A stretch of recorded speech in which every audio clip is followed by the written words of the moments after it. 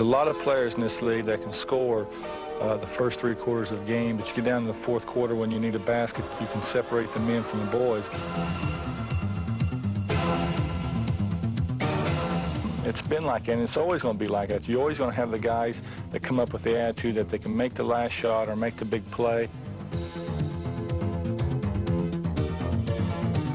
I don't know what makes a player do that, just their competitive nature and their will to win.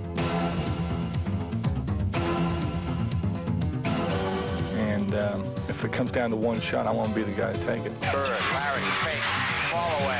Hits it at the buzzer! All right! Larry, a runner. Got it! Ball game's over. Boston wins. Boston wins became a familiar phrase around the NBA when Larry Bird joined the Boston Celtics in 1979. In his first season, Bird helped the resurgent Celtics improve their record by 32 wins. And a year later, against the Houston Rockets, he led Boston to the NBA championship. His own shot. Oh, what a play. Now, Larry, as soon as he shot that... It was, however, in the conference finals that year that Bird experienced his baptism as a master of the clutch moment. Trailing the Philadelphia 76ers 3-1, Bird helped rally Boston, hitting the winning shot as time wound down in the 7th and deciding game to lead the Celtics to victory over the 76ers. Coming through in pressure situations would become commonplace for Bird.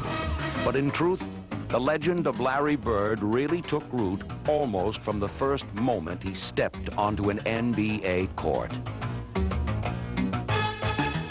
Bird's the best passing forward that's ever played the game.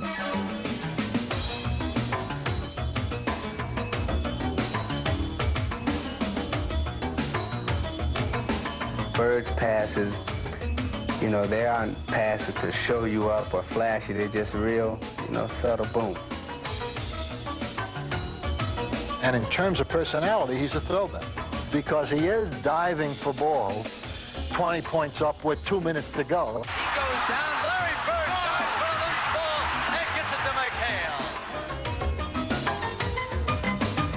McHale. It starts after hitting a few baskets. You know, you just get that feeling that you just can't miss. You know, the great players get it a lot more than the average players. I mean, I see it happen with Larry Bird more often than any other player in the league. Bird attempting to break free, stays with it, and the foul is called. The continuation for Larry Bird. That's why I play, you know, because you want to have them days where everything goes right for you, either passing, shooting, or playing good defense. And once it does, you don't feel like anybody could ever stop you. Once he experienced the taste of excelling under pressure, Bird never looked back. 3 straight times in the mid-'80s, he was voted the league's most valuable player. The initial one coming in 1984, when the Celtics faced Magic Johnson's LA Lakers in the first of their epic playoff battles in the 80s.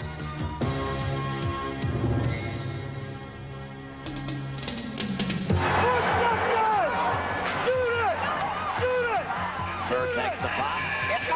That series was to be a showcase for Bird, as his 27 points and 11 rebounds per game led Boston to a 7-game series win over the Lakers. There would never be, never, ever be another Larry Bird. He's the only guy that I fear that can beat me in terms of just at the end can make that play to win the game. Like the great John Havlicek before him, Bird, too, saved his most memorable clutch moment for defense.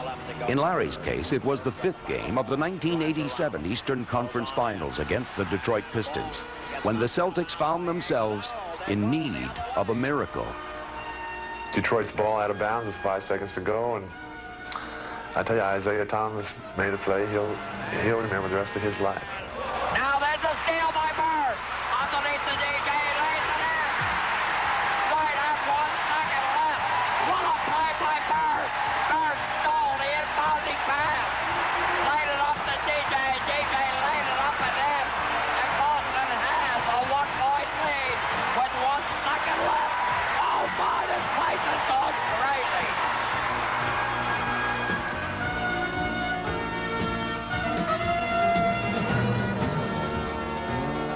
Detroit gets the ball, and I was sort of sitting on the floor waiting for Detroit to call a timeout. But I got back up, and I seen that there wasn't going to be no timeout, and when Isaiah lofted the ball to Lambert, I cut all the way over from Dumars in front of him and just barely got my fingertips on it. And caught DJ cutting out the corner of my eye. He laid it in. I've always felt that anytime I step on a basketball court, from high school all the way up till now, if you give it 100% every day, good things are going to happen. Good things happen to great players, especially Larry Bird, one of the NBA's pressure performers.